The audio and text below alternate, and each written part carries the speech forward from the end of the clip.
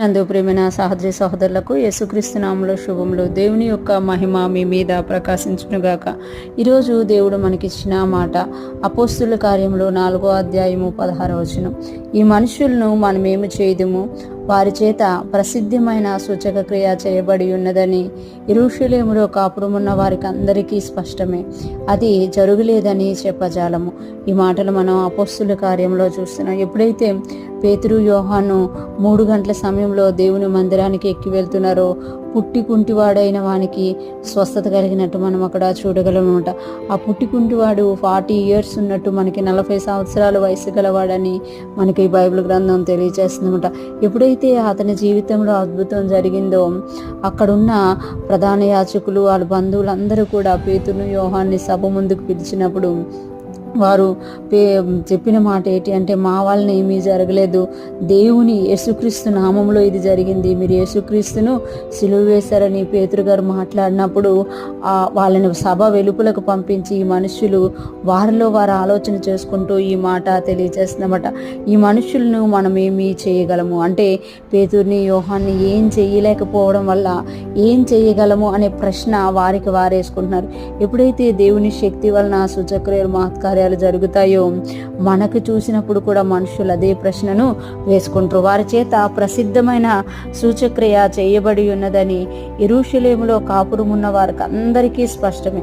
అంటే ఆ పుంటికుట్టివాడు 40 సంవత్సరాల నుండి ఆ మందిరం దగ్గరే అడుక్కుంటూ ఉన్నాడు అనమాట. ఆ కుంటివాడు గురించి యెరూషలేములో కాపురమున్న వాళ్ళకి అందరికీ తెలుసు. అలాగే ఆ కుంటివాడికి స్వస్థత జరిగిందని కూడా యెరూషలేములో కాపురమున్న వారికి అందరికీ తెలిసి స్పష్టమైపోయిందంట. అది జరగలేదని చెప్పజాలము అని అంటున్నామట. అంటే ఎంత గొప్ప అద్భుతాన్ని దేవుడు చేశారు అని అంటే, పేతుర్ని యోహాన్ని దేవుడు గణపరచడానికి వారి ద్వారా పుట్టుకతో కుంటివాడైన వాడిని స్వస్థపరిచి అందరి ఎదుట వాని చేత గంతులు వేయించారన్నమాట. ఇది జరగలేదని చెప్పలేరు, అలాగని పేతుర్ని యోహాన్ని ఏం చెయ్యాలో కూడా వాళ్ళకి అర్థమైతలేదు. ఈ యొక్క అంత్యకాలంలో ఉన్న మనం కూడా ఇటువంటి అభిషేకాన్ని సూచక్రియలు మహత్కార్యాలు చేసే శక్తిని పొందుకున్నప్పుడు సువార్త చెప్పడం మనకి చాలా సులువుగా మారుతుంది అనమాట. మనం ఎప్పుడైతే దేవునికి ఇటువంటి ఆశ కలిగి అడుగుతామో మన ద్వారా దేవుడు సూచక్రియలు మహత్కార్యాలు చేసినప్పుడు మన దేవుడి గురించి కూడా, మన దేవుని గురించి మన గొప్పవాడు ఈయన తప్ప వేరే దేవుడు లేడని చెప్తారు.